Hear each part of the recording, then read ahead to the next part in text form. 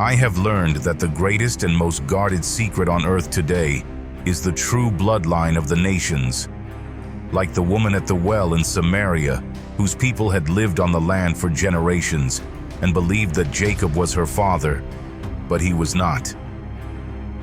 King Shalmaneser V and then Sargon II deported the northern tribes and replaced them with people from other parts of their empire who were not Hebrews. This is also true of the inhabitants of most of the biblical lands. These are the most fought-over territories on the face of the earth. The lands stretch from the southern tip of Africa to northern Iraq, which is ancient Assyria. The Egyptians who now possess Egypt are not the bloodline of Ham, and neither are the Syrians, because Syria is his land also.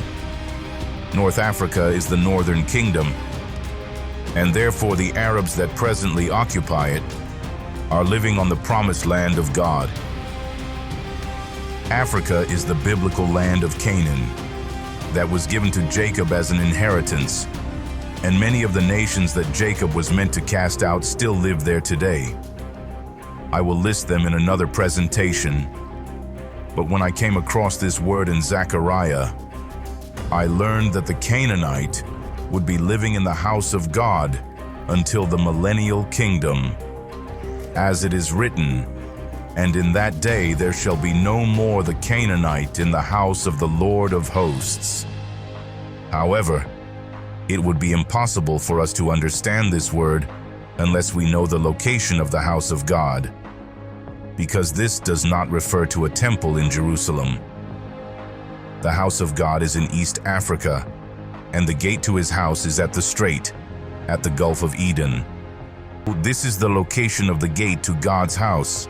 It is a strait, for narrow is the way that leads to life, and it was there that Israel, America, and the UK fought to clear the passage of merchant ships to Israel, and could not.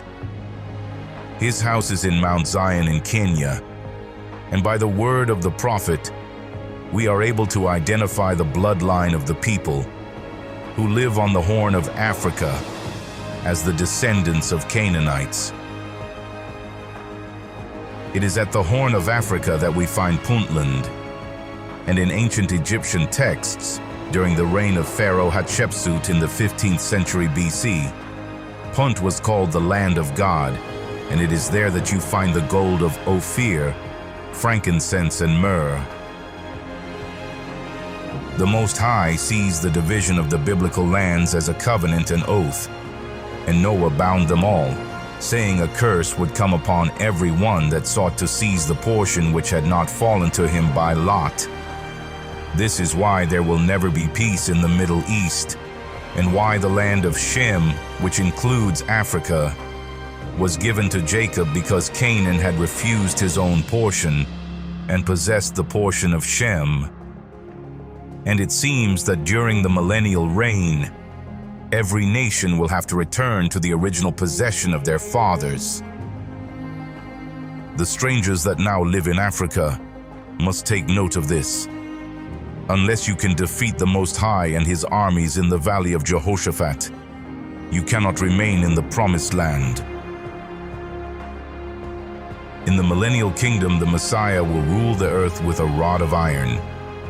White supremacy, Jewish supremacy, and Arab supremacy will be cast down to the ground, as it is written, "And it shall come to pass that everyone that is left of all the nations, which came against his people Jerusalem, shall even go up from year to year to worship the King, the Lord of hosts, and to keep the Feast of Tabernacles.